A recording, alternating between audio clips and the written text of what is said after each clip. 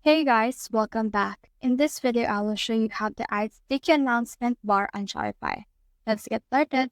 So as you can see, this is my actual announcement bar. So when I try to scroll down, as you can see, it disappears and it is not sticky. So in order to change that, what we can do is we can head back in here on our dashboard. Now from in there, click on the three dots right here under the online store. Click on edit code. And then from in there, it will open the code for you. So for me, I'll just need to look for the actual code for base. So search for base right here and you should be able to see base.css. So we have here our base. So what you can do is you just head over and scroll all the way down. Let's put in here some steps or some spaces. Now, the next thing we need to do in here is we just need to head over and add in here a hashtag or number bar.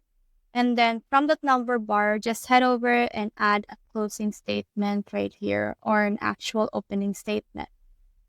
After you have done that, next thing you need to do is you just need to head over and put in here position. Let's put position right here. Then let's put here a colon and put a space and add in here sticky. And then once you have added in here sticky, put in here a space, put an exclamation point, and then put in here an important, and then add in here a semicolon. Now after that, put another space, and then put in here top. After that, put a colon, space, 0, another semicolon. After that, you can close it all up. So once you have done that, we have here the code that we want. So the next thing we can do actually is we need to head over in here to our store, and we have here a sticky bar announcement. So just right click on that, and then from there, click on inspect. Now this will open this actual code or element for you, and then this is what it looks like. So what you can do is you just need to head over and look for the Shopify section, which is this one, the div ID, Shopify sections, and some barcodes. So just click on them, and then from in there, just copy that.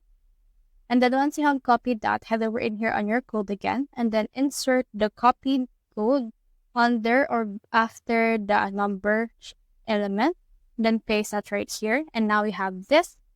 So next thing we need to do is we just need to head over and click on save right here. And then once you have saved that, as you can see, it's still saving and now it's been saved.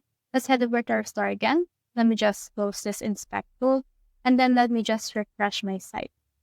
So once your site has been refreshed, you can start to scroll on, and as you can see, my announcement bar is now sticky. So that's the whole process. If you have found this video helpful, simply leave a like or subscribe because it helps me reach more people. See you soon.